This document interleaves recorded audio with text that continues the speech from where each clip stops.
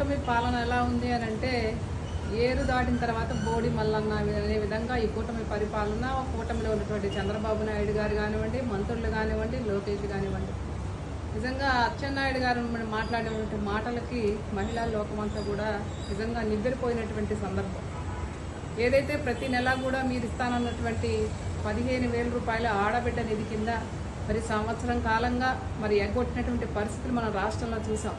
ఈరోజు ఆయన నిజంగా మహిళలను ఉద్దేశించి మాట్లాడిన మాటలు కూడా నిజంగా రాష్ట్రంలో మహిళలందరూ కూడా ముక్కు మీద వేలేసినటువంటి పరిస్థితి. మీకు ఆడబిడ్డ నిధి ఇవ్వాలంటే రాష్ట్రాన్నే అమ్మాలి అనేటువంటి ఆయన మాటల్ని మహిళలుగా మేము తీవ్రంగా ఖండిస్తూ ఉన్నాం. ఎందుకంటే కూటమి ప్రభుత్వం వచ్చిన తర్వాత ఈ 13 నెలల కాలంలో ఎక్కడా కూడా ఇస్తానన్నటువంటి సూపర్ 6 కానివ్వండి, సూపర్ 7 కానివ్వండి, ఏ కార్యక్రమాలు చేయకుండా ప్రజల్ని ఇంకా మోసం చేస్తూ సాక్షాత్తు ఒక మంత్రి గారే మహిళలకి ఈ పథకం ఇవ్వాలి అని అంటే రాష్ట్రాన్ని అమ్మాలనేటువంటి మాటల్ని మరి గతంలో మీరు జగన్మోహన్ రెడ్డి గారి కన్నా మేము ఎక్కువ ఇస్తాము, జగన్మోహన్ రెడ్డి గారు ఇచ్చేటువంటి పథకం ఎక్కడా కూడా ఎప్పుడు కూడా ఆగదని చెప్పారు కదా, ఇంటింటికి తిరిగి కరపత్రాలు కూడా పంచారు కదా, మేము ప్రతి పథకం ఇంప్లిమెంటేషన్ చేస్తామని.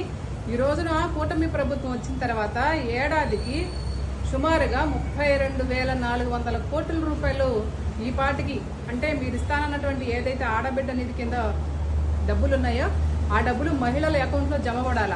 ఈ 13 నెలల కాలంలో వాళ్ళు లాస్ అయ్యారనేటువంటిది వినపడతా ఉంది.